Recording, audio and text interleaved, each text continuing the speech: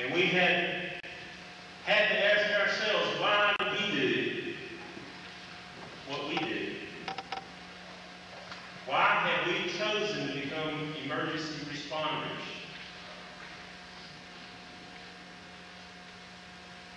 We have to answer that, and our families are probably asking the same question because they're concerned that the same thing that happened on 9/11 could happen one day to each of us. If we go back and look in the Word of God in Genesis, I think we have a picture of a little bit of understanding of why we do what we do.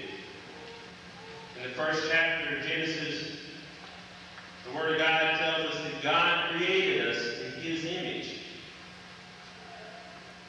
We have been created in the image of God, each of us.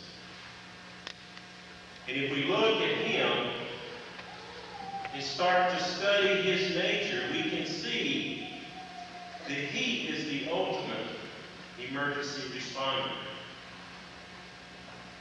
He has been responding to the needs of the human race since the beginning of time.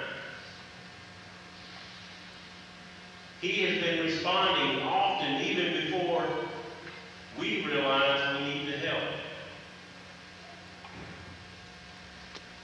In fact, 2,000 years ago, the Bible tells us that He loved us so much that He sent His only Son, Jesus, so that whoever would believe in Him, and the Amplified Bible goes on to explain that word believe. It says whoever will cling to Him, whoever will trust in Him or rely in Him. The word says they shall not perish, but they shall have everlasting life.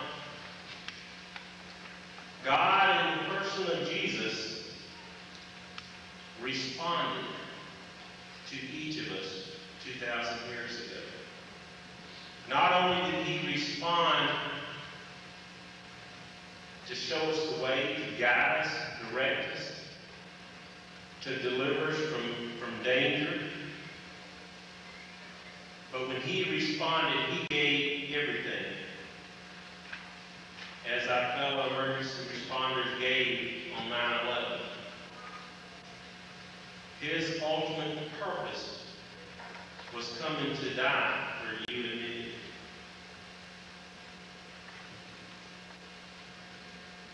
So when we look at ourselves and ask us, why are we in this business? Why have we been called to be emergency responders?